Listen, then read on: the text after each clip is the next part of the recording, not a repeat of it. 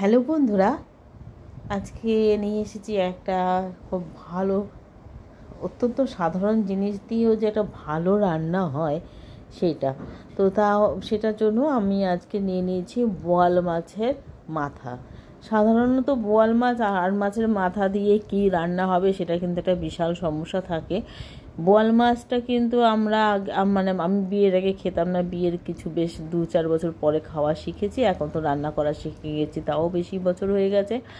তো যাই হোক, সেটা তো আজকে তো আর ঝোলের সরঞ্জাম নয়, আজকে অন্য একটা সুন্দর অসাধারণ পদ যেটা প্রথম শুরু হিসেবে দেওয়া যেতে পারে। তো এটা হচ্ছে বোয়াল মাছটাকে, তার জন্য কী হবে, সর্ষের তেলে রান্না হবে। ভেজে নিতে পারেন এবং চাইলে 2-1 টুকরো মাছও দিতে পারেন, তাহলে তো স্বাদ বাড়বে। আর সব শেষে দেখবেন অবশ্যই যেটা দিতে হবে সেটা কিন্তু আপনারা কেউ স্কিপ না করে দেখতে থাকুন।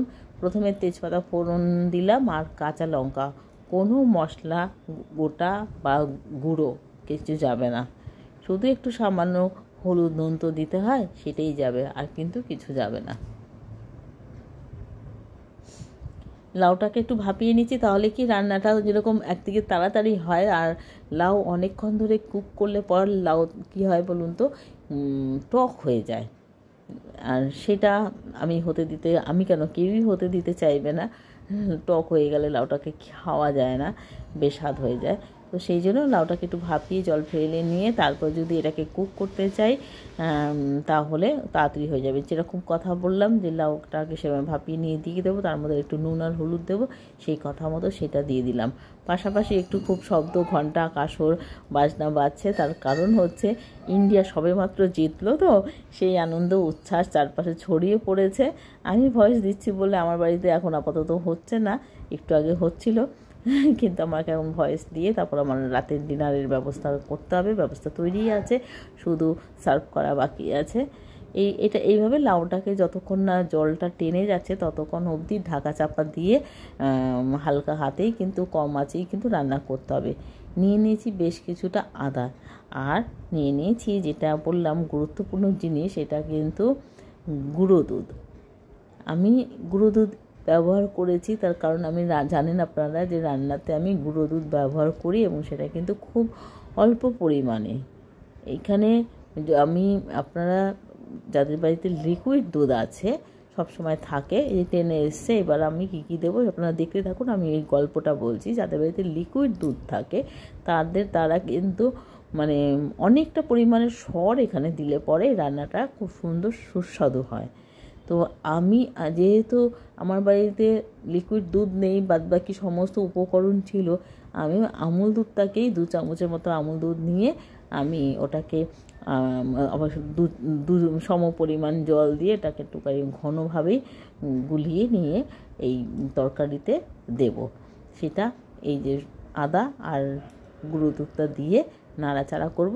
গুঁড়ো দুধেরও একটা গন্ধ আসে, আদারও একটা গন্ধ আসে, তো সামান্য একটু নাড়াচাড়া করতে সময় দিতে হবে। দেখুন আমি ঘন দুধটা ঢেলে দিচ্ছি। আপনাদের বাড়িতে যাদের সরের ব্যবস্থা আছে তারা সর দেবেন, যারা যেরকমভাবে যেটা আয়োজন করতে পারবেন সেরকম দেবেন। অনেকের বাড়িতে যেমন মাঠা তোলা দুধ, অনেকের বাড়িতে যেরকম ব্যবস্থা থাকে সেরকম দিলে পরে অবশ্যই দুধটা কিন্তু এখানে কম্পালসারি একটা উপকরণ। এবার বেশ খানিকটা বলেছিলাম, বেশ খানিকটা আদা, সেটাও দিতে হবে। এই আদা আর গুঁড়ো দুধ বা দুধের সর না দিলে কিন্তু এই রান্নাটা কিন্তু সম্পূর্ণ হবে না, টেস্ট হবে না। বোয়াল মাছের মাথা দিয়ে এই আদা ঘাটাটা কিন্তু দুর্দান্ত হয়। আর আমি এই বোয়াল মাছের মাথা দিয়ে আরেকটি রেসিপি আমি পরের সপ্তাহে বা তারপরের সপ্তাহে দেবো, যেটা এখনও বানাইনি। রান্নাটা হবে, তারপর ভিডিও হবে। রান্না হয়নি কারণ বোয়াল মাছ আবারও রাখা হয়েছে। যাই হোক, সামান্য একটু চিনি তো দিতেই হবে, কেননা আমি তো খেয়ে দেখিনি লাউটা যদি একটু টক হয় সামান্য, তখন তো একটু কেমন বেস্বাদ হবে। তাই সামান্য একটু চিনি দিয়ে সব কিছু ব্যালেন্স করার চেষ্টা করছি। আপনারা পাশে থাকলে আমার ব্যালেন্স করতে আরও সুবিধা হবে। লাইক, কমেন্ট, সাবস্ক্রাইব অবশ্যই দেবেন।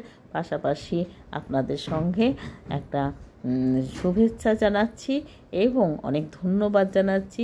বন্ধুদের ধন্যবাদ দিতে হয় না, আমি জানি। আমি ধন্যবাদ না দিলেও আপনারা ভালোবাসার সাথে আমার ভিডিওগুলো দেখবেন, আর আমিও আপনাদের ভিডিও যেভাবে দেখি নিশ্চয়ই দেখবেন। আর সে আমার আন্তরিকতার সাথে আমিও দেখি, আপনারাও দেখবেন। তো আজ এই পর্যন্ত। এই আদা ঘাটাটা কিন্তু একটা ইউনিক রেসিপি, যেটা পুরনো আমলের। অন্যান্য রান্নাগুলোর আমি ছবি দেখিয়ে দিলাম।